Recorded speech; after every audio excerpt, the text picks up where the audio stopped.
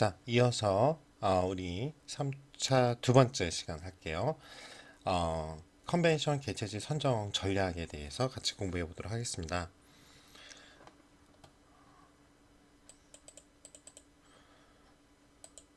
자, 학습 내용은요. 개체지 선정하는 전략인데요.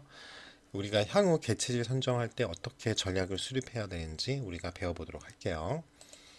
자, 그러면 여기 보시면 컨벤션 앤 비지터 뷰로 중요하다고 그랬죠. 요게 독립돼 있고 설립이 돼야 되고 이 지방자치단체죠. 여기에 도시 마케팅을 잘 하고 관광자원 일단은 이 컨벤션을 하려고 그러면 이 마케팅이 알려야 돼요. 이 도시가 그리고 일단 중요한 게 뭐냐면 관광 자원이 있어야죠. 왜냐면 업무가 6시에 끝나고 아무것도 없어. 그런 게 이제 술밖에 먹을 게 없는 거죠, 그러면. 자, 그러니까 도시 마케팅을 잘 하셔야 돼요. 그렇죠? 그 지리적으로 규정된 특정 장소를 하나의 상품, 도시 자체가 상품이 되게끔 하는 거죠. 이거를 이제 서울에서 정말 서울, 제주 뭐 이렇게 관광으로 이제 유명한 이제 부산 이런 데서 많이 하고 있죠. 그렇게 이미지를 개발하고 도시라는 복합 재화의 상품 가치를 지속적으로 높여야 됩니다. 도시 자체에 모든 게 있잖아요. 대부분 뭐 경제, 사회, 문화 이런 게 집중되는 게 이제 도시 공간이죠. 그래서 여기서 관광도 하고 비즈니스도 하고 특히 쇼핑, 그렇죠? 이런 또 우리가 어떤 새로운 나라를 가면 이국적인 그런 게 좀 있어야 돼요. 그래서 그런 문화, 욕구 충족, 그다음에 주거 이러한 매력적인 공간으로 상품화하고 판촉을 해야 되는 게 바로 도시 마케팅입니다. 그렇죠? 그래서 우리가 국내 도시 브랜드 슬로건이 뭐 너와 나의 서울 이게 말이 많았죠. I love you를 이제 I 서울 you 이렇게 했는데 발음하기가 좀 I 서울 you 좀 그런 것 같아요. 저는 뭐 로고 자체는 나쁘지 않은데 좀 브랜드를 연구했던 사람으로서는 조금 안타깝다라는 생각이 좀 들어요. 논란이 많았죠. 그래서 뭐 컬러풀 대구 근데 여기 원래 대구는 사과 아니에요? 애플 대구 애플이 더 나은 것 같기도 하고 뭐 컬러풀하다 그러니까 뭐 다양하다 이제 이런 건데 그렇게는 솔직히 딱 대구 딱 이미지가 안 오긴 해요. 예, 여기 이츠 대전 뭐 그것은 대전이다.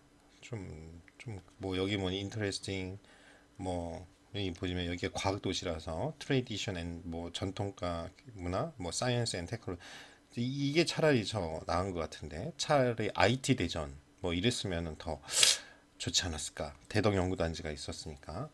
다이나믹 부산 저는 사실 여기 괜찮은 것 같아요. 이 로고가 조금 촌스러워서 그렇던데 이렇게 그렇죠? 다이나믹하다. 부산이 좀 그렇잖아요. 그래도 괜찮은 로고 같아요. 그래서 뭐딱 봐도 브랜드 슬로건이나 로고는 나쁘지 않은데 의미가 발음도 좀 그렇고요. 아무튼 넘어갈게요. 자, 그러면 우리가 향후 개체지 선정 전략을 보면은 바로 이런 걸 해야죠. 우리가 특히 숙박시설이에요.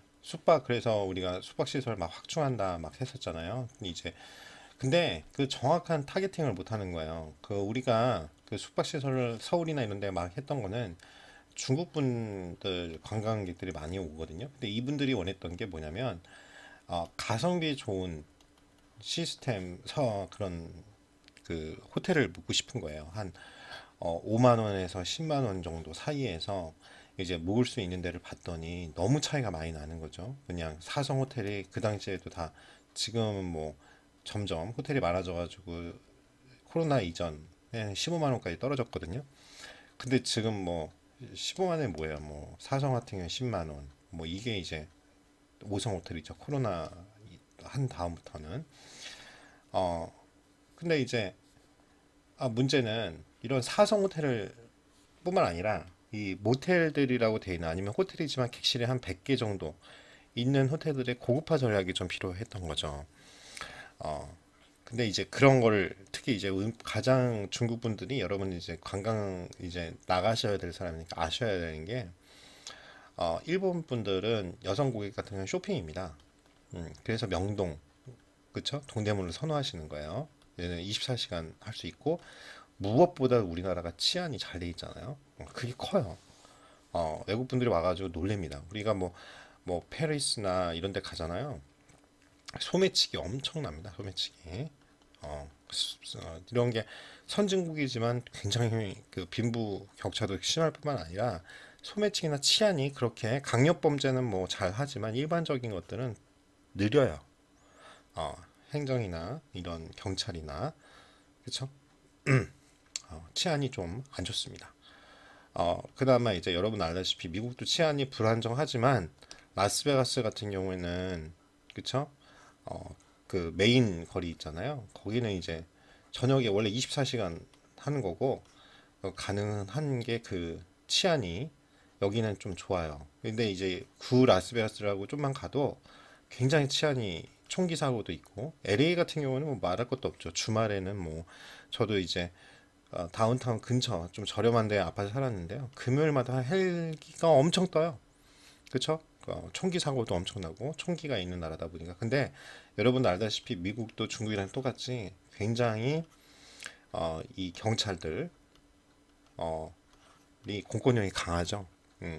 여러분 알다시피 총 맞는다는 게 이제 거짓말이 아니라 제가 아는 분도 총 맞았어요 경찰한테. 왜냐면 경찰 말이 우리나라 경찰이 민주 경찰인 거죠. 여러분들이 이제 해외 나가게 되면 이제 조심을 하셔야 되는 게 경찰이 손들어 freeze 그렇죠 얼어붙다 이런 뜻이거든요. 손들어라는 뜻이에요. 근데 이게 손 안 들잖아요. 그럼 총 쏩니다 그냥.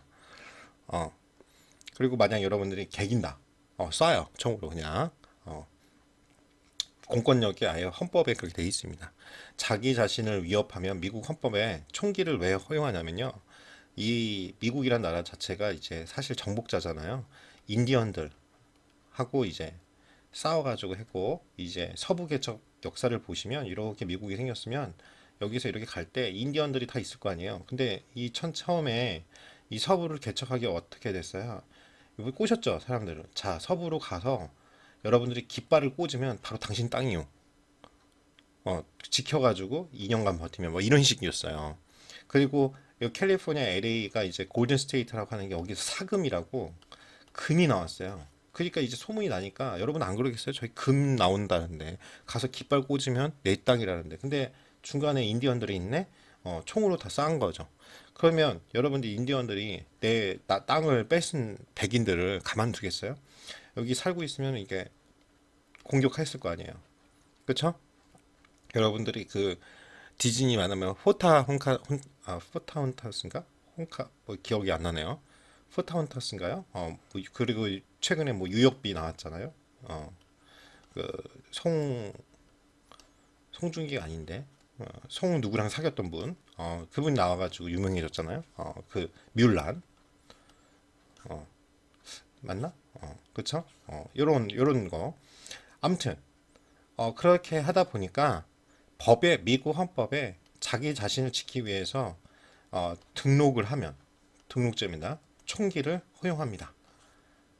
그러다 보니까 미국 헌법에 정해져 있기 때문에 저 총기 사고가 저렇게 심하게 나고 막 그쵸? 텍사스나 막 교회뿐만 아니라 뭐 좀 사이코들이 막 총기 사고로 많이 죽잖아요. 지금 학교도 그렇고 그런데도 논란이 많아도 함부로 못 바뀌는 거예요.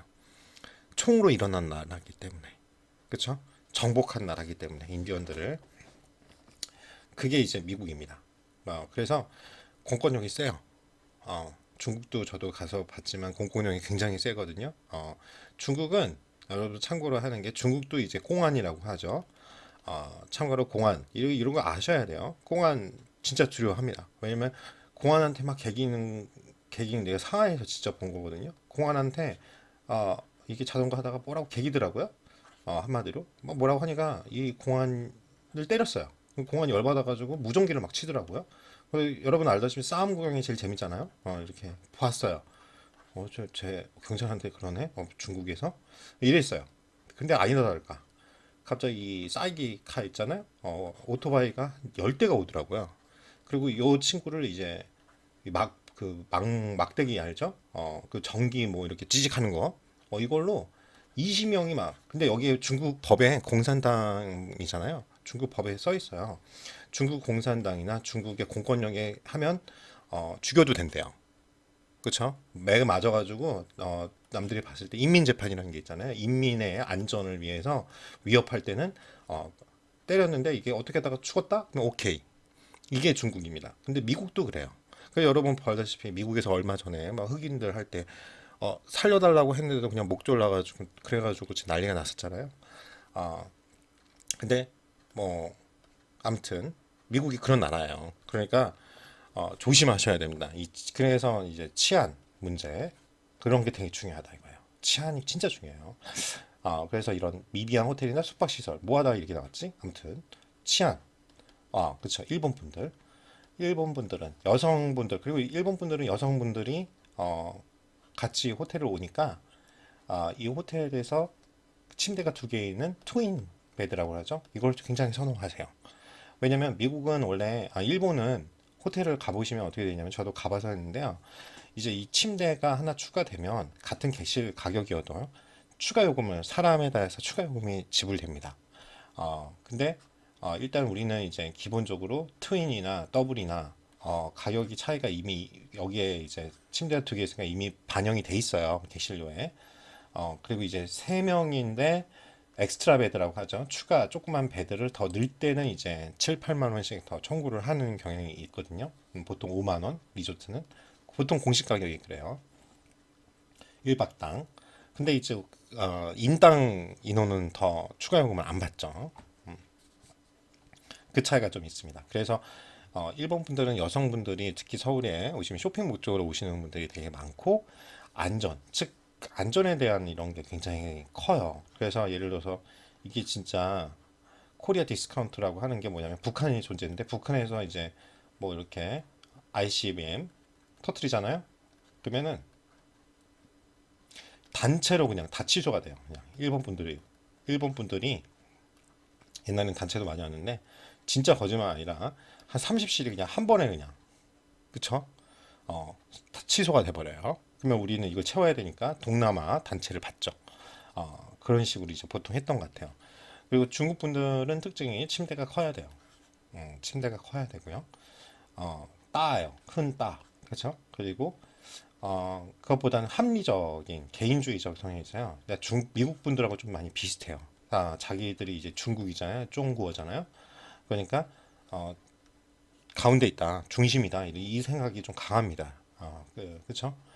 그리고 베이징 올림픽 이후에 이게 G2가 되면서 그렇죠? G2라는 거 그레이트 2잖아요. 그러니까 미국 다음으로 세계 넘버 2가 되다 보니까 자부심이 굉장히 강합니다. 중국 자기 나라에 대한 그리고 합리적이에요. 그래서 뭐냐면은 어, 쇼핑 같은 데는 돈을 좀 안 아끼는데 객실료 같은 경우는 되게 아낍니다. 그걸 참고로 맛집 그러니까 뭐냐면 돈을 합리적으로 쓰고 싶어 해요. 그러니까 그런 거에 맞는 가성비 좋은 숙박시설을 많이 만들었어야 되는데 5성 호텔들 뭐 스위트로만 만들고 그렇게 했죠. 근데 지금은 5성 호텔들이 스위트로 변하는 워커이나 신라 호텔은 지금 잘 되고 있어요. 왜냐면 지금 이제 여러분 알다시피 코로나 사태 이후로 이게 트렌드가 많이 바뀌었습니다. 그래서 여러분들이 이걸 잘 아셔야 되는데 믿을 사람은 가족밖에 없다는 거죠. 그렇죠. 일단은 그러니까 가족이 다 갈 수 있는 이걸 전체 빌릴 수 있는 풀빌라나 아니면 이제 스위트룸이죠. 근데 스위트룸이 원래 비싸잖아요. 보통 기본 30에서 50부터 시작하는데 이거를 이제 요즘에 아주 호텔이 힘드니까 한 20만 원에 줘요. 이게 이때다 하는 거예요. 그렇죠? 이때 아니면 이 호텔 언제 이용해 보냐. 그렇죠? 이거 50만 원이었을 때는 2박 하면 끝인데 이거 하면 5일 있을 수 있잖아요. 100만 원에 우리 가족 5일 동안 일주일간 그쵸? 휴가, 호캉스, 그쵸? 이렇게 간다 이거죠. 최고급 대우 받으면서. 어. 요즘에 5성 호텔 중에 이렇게 스위트로 전환하는 데는 계속 잘 되고 있고, 제가 있던 뭐 세종 호텔이나 뭐 비즈니스 호텔들 이제 가성비로 승부했던 데는 지금 뭐 외국인 관광객들 없고 그래서 굉장히 힘들고 지금 같이 일했던 동료 7개월 동안 지금 놀고 있다고 얼마 전에 연락 왔어요. 그러니까 이제 여러분들도 전략을 잘 세워야죠. 호텔 같은 데 들어갈 때도. 그래서 제가 항상 강조하지만 여러분이 이렇게 갈 데가 많은 식음료에 갈 데가 많은 중에 하나가 이 컨벤션 연애 컨벤션까지 가려고 하면 연회장으로 가야 된다. 이걸 다시 한번 강조를 합니다. 그리고 이거예요. 지자체 간 원활한 업무 협조가 있어야 인적, 물적 자원을 공유해야죠. 그리고 지자체 및 컨벤션 시설의 국제 네트워크를 강화해야 됩니다. 그리고 무엇보다도 컨벤션 전문의로 그래서 컨벤션 자격증이 생긴 거고요. 그 다음에 공항 및 개최 시 개최 시설 간의 수용 대책이나 서비스 센터가 마련되어 있어야 되겠죠. 자, 그러면 우리 정리해 볼게요. 먼저 컨벤션 여기 보시면 우리가 개최지 선정 노력을 해야 되는데 컨벤션 비지터스 뷰로는 독립된 어떤 공간이어야 되고 지방자치된 도시 마케팅을 잘해야 되고 부족한 호텔 시설 확충 및 시설을 정비해야 되고 지방자치단체 간에는 원활한 업무 협조를 해야 되고 지자체 및 컨벤션 개최 시설의 국제 네트워크를 강화해야겠죠. 그 다음에 전문 인력을 양성하고 공항 및 개최 시 개최 시설 간에 우리 다시 말하지만 공항에서부터 우리 호텔까지 아니면 여기 ICC 제주면 여기 컨벤션 센터까지의 거리 그렇죠? 잘 하셔야겠죠.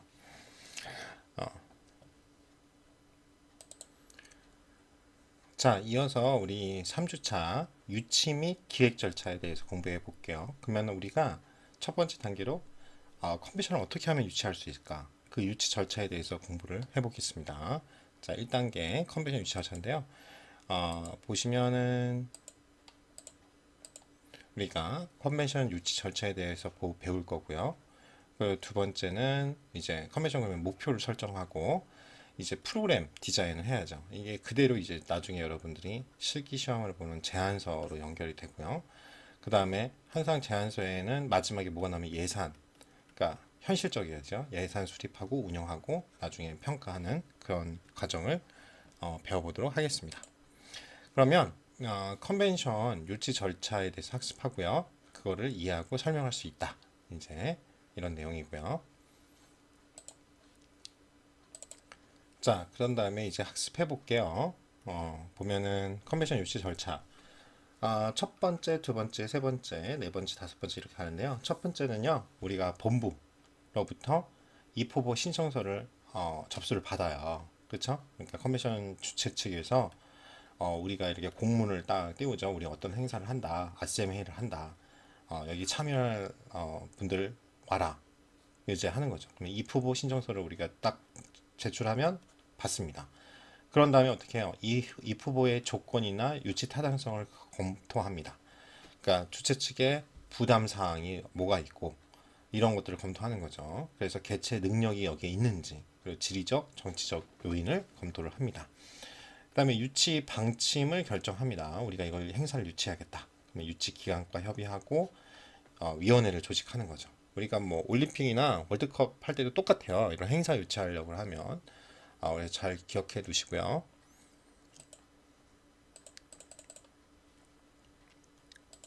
그런 다음에 우리가 뭐 해야 되냐면 유치 신청서를 준비해서 유치 활동을 해야죠. 개최지를 사전에 답사하고 대표단 파견해서 홍보하고 그다음에 개최지를 결정합니다. 조직위가 구성이 되겠죠. 자, 그러면 컨벤션 유치 사례를 한번 같이 공부를 해보면요. 이게 2019년에 세계 당뇨병 연맹 총회입니다. 세계 당뇨병 전문가 10,000명이 부산에서 여기 10,000명 온다는 거 아니에요. 이게 엄청난 효과죠.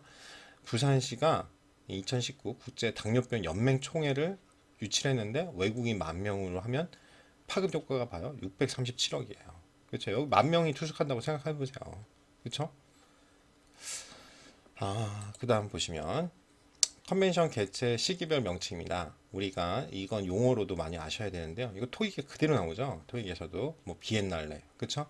그러니까 바이가 2라는 뜻이야. 2년에 한 번 개최한다. 비엔날레 여기서 나온 거예요. 그다음에 애뉴얼 하면 애뉴얼이라는 게 1년이라는 뜻이잖아요. 1년마다 한 번씩 개최한다. 이런 뜻이에요. 그리고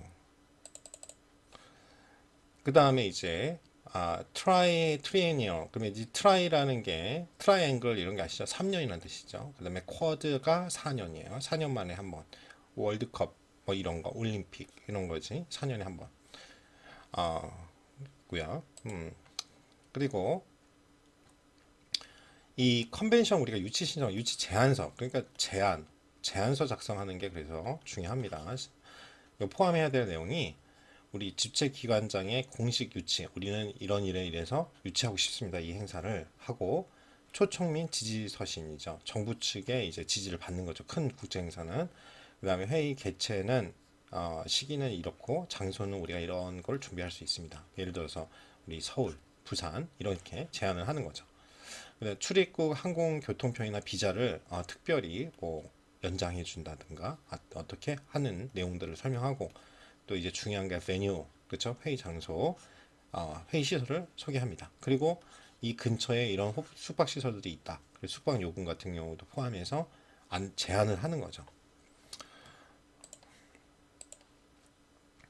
그리고 이제 회의 일정, 그 다음에 사교 행사, 연회 관광, 그 다음에 수송 방안, 그렇죠? 공항에서 여기까지 어떻게 몇 분 걸리고 어떻게 우리가 모시겠다, 아니면은 올 수 있다, 이런 식으로 하는 거죠. 그다음에 홍보 계획이나 출판 계획을 세우고 중요한 게 예산 잡아야죠. 예산, 등록비. 특히 학회나 협회는 자가 부담이잖아요. 그 참여하시는 분들이 돈을 내니까 등록비 산정을 하고 그 산정 기준을 포함해서 제출을 하셔야 됩니다. 그다음에 조직위를 어떻게 우리는 구성할 거고 운영은 어떻게 할 건지 조직위랑 운영위원회 등을 이제 제안을 포함되어 있어야죠.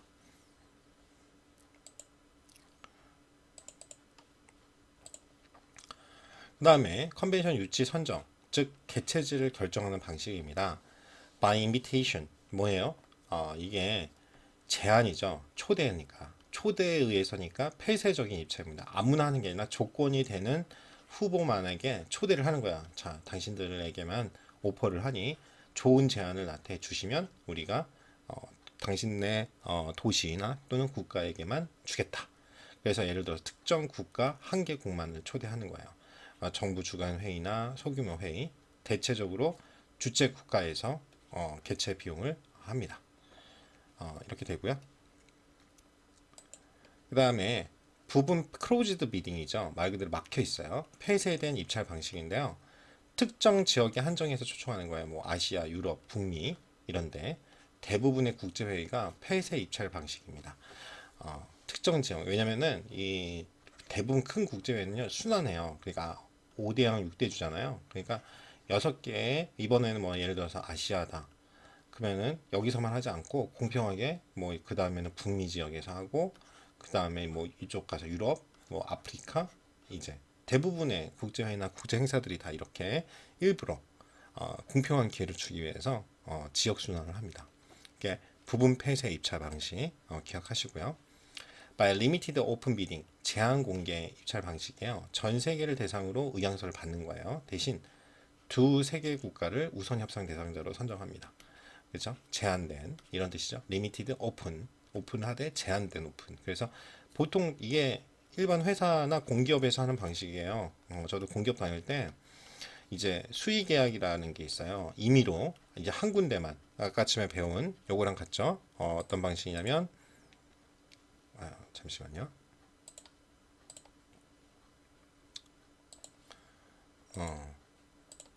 그렇죠. 인비테이션, 폐쇄 입찰 방식. 이것처럼 내가 한 개국만을 초청해서 그러니까 임의로 한 군데만 하면 이제 계약을 수의 계약이라고 해요. 근데 이러면은 이제 논란이 많죠. 그래서 보통은 요즘에 공기업이나 이런 데도 제일 많이 쓰는 게 이 바이 리미티드 오픈 비딩이에요. 이게 사업 단위가 좀 커요. 그러면 의향서는 다 봤대. 그 중에서 두 개, 세 개만 보통 한 두세 개 중에서 이제 고르거든요. 초청해서 서류로 전형을 하고 조건이 되는 애들을 불러요. 그래서 이쪽 기업이든 이런 데서 PT를 합니다. 경쟁 PT를 해서 여러 가지를 심사위원들이 공평하게 한 다음에 뽑는 거죠. 실제로 요즘 공기업에서 면접할 때도 이런 식으로 하는 거죠. 그냥 하는 게 아니라 여러분 참고로 알아두시는 게 혹시 모르니까 공평하게 하기 위해서 여러분들이 서류 전형하고 그 다음에 면접 들어갈 때 이 면접 심사원을 이 풀이 있을 거 아니에요. 면접관들 이 관련된 그러면 그날 아침에 전화를 해요. 보통 그래서 오후에 합니다. 전화를 해서 그 중에 되시는 분들 그래서 한 3명 정도를 초빙해서 이분들이 이 면접을 보는 거예요. 그날 당일날 이런 식으로 by limited open bidding을 합니다.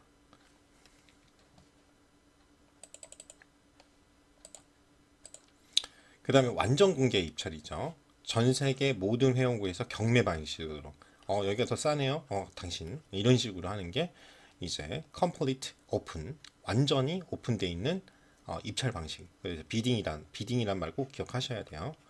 입찰하다 그렇죠? 입찰 알았죠? 기억하시기 바라고요.